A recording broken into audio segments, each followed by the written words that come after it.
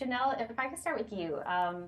Hazel feels so unlike any other character we've seen in the Grace universe. I'm curious what your main sources of inspiration were for her, and did you have anyone in mind to emulate when you were creating her? Ooh, awesome question. I don't think I had anyone specific in mind, but I feel like I tapped into a feeling that I understood very well from lived experience. Like I like to think like Hazel is what like felt like on the inside some days in high school. I'm way more extroverted than she is, but there were days where I was like, like turtling a little bit, like wanting to stay in my shell because it's comfortable.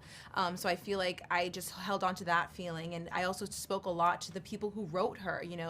The black woman who wrote this character. Her name is Felicia. We had a conversation about like who this person was and how we got there and what makes her tick, what inspires her. Why does she not feel safe to be her fullest self, and when does she feel safe? So I feel like fleshing all of that out and then thinking of like all the times in my own life or the people around me's life. I think every young girl has felt awkward in her own body or not knowing how to walk through a space that's not really meant for her to be there. Those things really informed me. But I mean, like, if I'm thinking off the top of my head, like maybe like the glass is like a Velma of sorts, like super smart and like kind of inward. But yeah. Jason and Madison, then, in contrast, Buddy and Susan are very much the stereotypical teens you see from media of this era.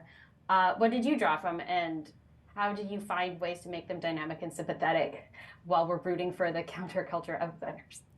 Absolutely. I think it's definitely sometimes a challenge sort of playing the antagonist, but I think when I was building Susan, I worked really closely with our showrunner, Annabelle, about how to create Susan to not be a Regina George, not be that blonde mean girl. And so I think it's something that you will explore as the series continues and kind of peel back those layers. But my goal was always that when people finish the show, I want them to be able to, or the season, I want them to be able to go back and see maybe what she's saying in a different light, that it's not as mean as you think, and there's actually a lot more to Susan's story than meets the eye. And I think that applies to her show as a whole. We're obviously a prequel, so there's opinions and ideas about what our show might be, but I think we balance the perfect amount of paying homage, but also doing something different and new for young and new audiences. Yeah, for me, a big part of it was drawing on, obviously, actors nowadays, but actors from the 50s. There was an actor, Tag Hamilton, who, Hunter, who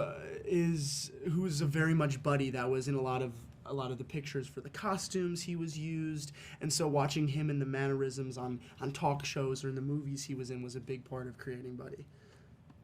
Speaking of outsiders, Jason, you're currently playing Soda in the new Outsiders musical. Yes. Like, you just can't get away from Greasers. I know, I really can't.